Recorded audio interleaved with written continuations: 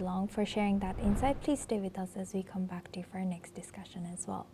Now moving on, French President Emmanuel Macron will be traveling to China next week without any accompanying European Commission President Ursula von der Leyen, marking a significant break from recent tradition.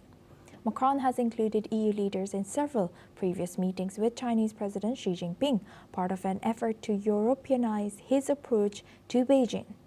Von der Leyen has accompanied Macron during high-level engagements in Paris and Beijing last year. However, according to reports next week, there will be no EU leader present for any portion of Macron's two-stop, three-day tour of China. This will be organized as a strictly bilateral one.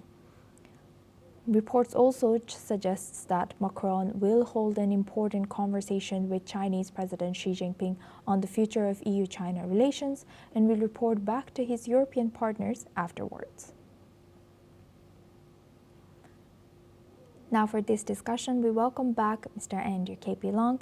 Thank you very much, Andrew, for staying with us. Now, Andrew, looking at this, looking at the history, Macron has always met Xi Jinping with a company, either German Chancellor, even Angela Merkel and von der Leyen. Why do you think suddenly EU leader is not accompanying him this time? Well, I think that both Europe and the main European countries are facing pressures on two major fronts. On the one hand, the American transatlantic alliance seems to have fractured, with the United States imposing heavy tariffs on its long traditional allies in Europe, including the UK and France and Germany. And then the American alliance seems to be much less reliable compared with before, including, of course, President Trump's unilateral action on solving the Ukraine war behind the Europeans' back, as it were, and coming up with a formula negotiated directly with President Putin behind the Europeans' back, and trying to force the Europeans to accept this deal. And of course, the Europeans want to push back, but on the other hand,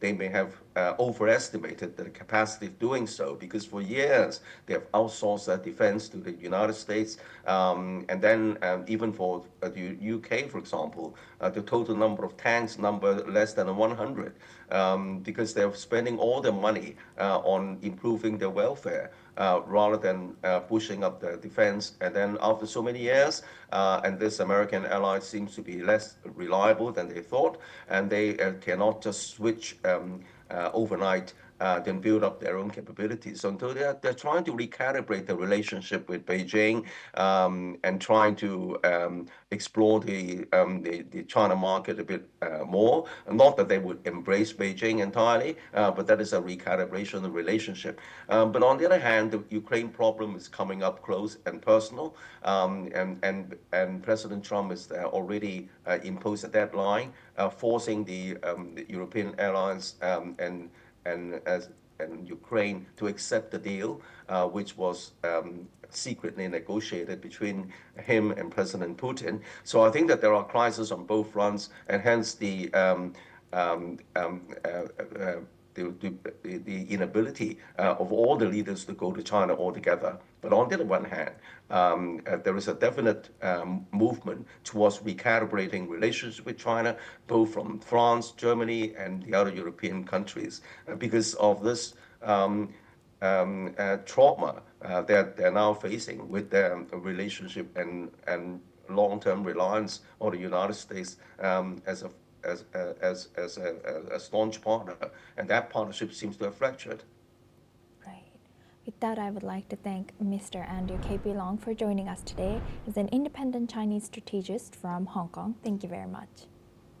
Now we move on to China. China has announced a detailed strategy to better match the supply and demand of consumer goods as part of its latest effort to leverage its vast domestic market and support long-term economic growth.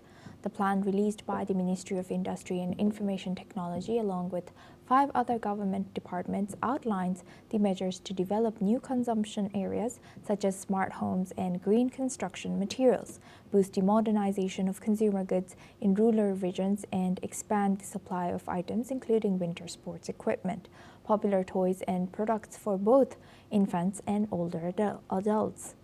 China will coordinate the expansion of domestic demand and the deepening of supply-side structural reform as per the plan, noting that consumption's rate of contribution to economic growth will increase steadily by 2030. Now for this discussion, we welcome Dr. Jayant Menon. He's a senior fellow at ISEAS. Joins us live from Singapore. Thank you very much, Doctor, for joining us. Welcome to NewsX World. Now, looking at this, how might China's strategy to boost domestic consumption, especially in emerging sectors, how do you think this would reshape the balance between state planning and market forces in its economy? This move to rebalance the drivers of growth is not new. We've been here before when it comes to China in particular. The first attempt was soon after the global financial crisis of 2007-8, where these huge imbalances were first raised as a potential source of instability. And China announced then that it was hoping to rebalance its economy, and it has been trying to do so, but with limited success. But now things are quite different once again.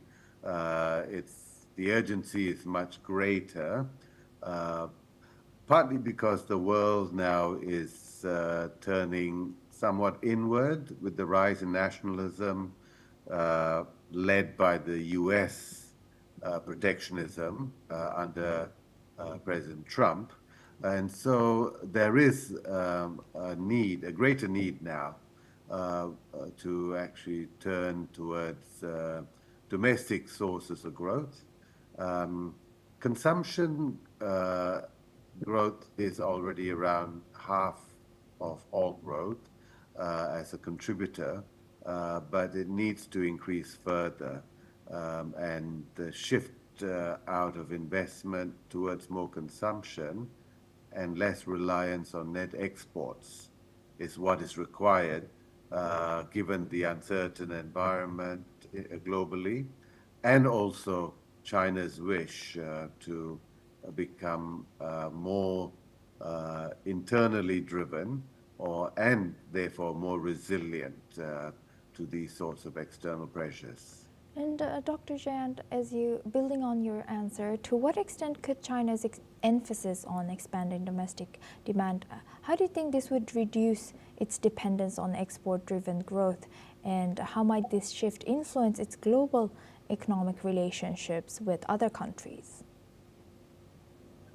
Yeah, so there is concern now in many of China's trading partners that the closing of the US market or the rise in protectionism in the US will mean that China will be looking to their markets to replace a lot of the lost sales in the US market with its excess industrial capacity at home.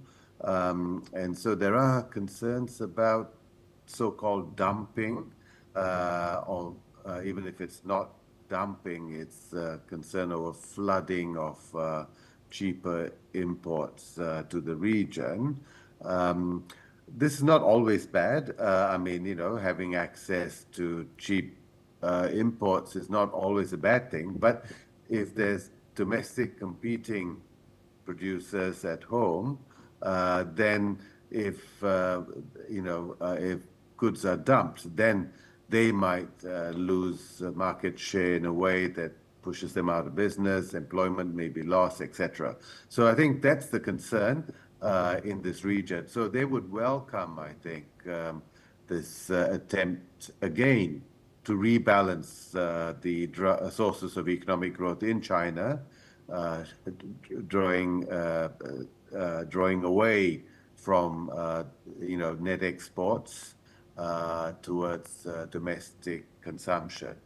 Net exports has fluctuated quite a bit. It's fluctuated between 10 and 30% over recent years. Last year, it shot up, and that's where a lot of the concerns rose, because as we know, China is having its own domestic growth issues with the softening of the property sector and so on. And also, its need to find new markets for its exports. So if net exports can go back towards something closer to 10 rather than 30, and consumption can pick up the excess, then I think a lot of the trading partners in the region will welcome that shift. Right. With that, I would like to thank Dr. Jayant Menon for joining us today from Singapore and sharing that insight. Thank you very much. Now we move on to Korea. North Korea's state media suggests that South Korea's recent joint military drills with the United States are aimed at deterring North Korea. According to reports, the allies staged various exercises, including a naval drill in waters near the South Korean city of Pyeongtaek, where they mobilized weapons like a guided missile, destroyer, and anti-submarine helicopters. The U.S. has also deployed F-16 fighters at air bases in South Korea and Japan. Meanwhile, KCNA has also accused that it is the U.S. that is threatening the peace and stability and destroying the strategic security balance. This comes as earlier this week, South Korea proposed talks with North Korea to discuss drawing up a clear boundary along the military demarcation line to prevent armed clashes along the border.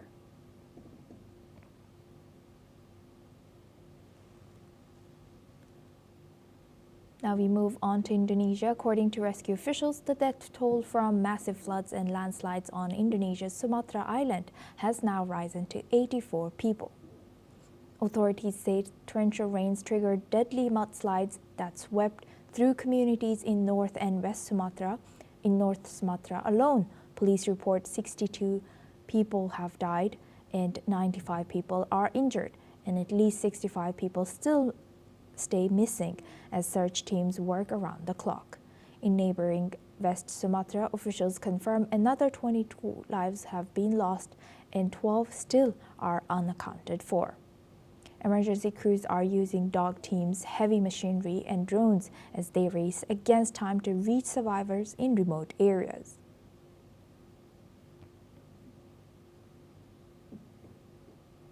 And that's a wrap on the China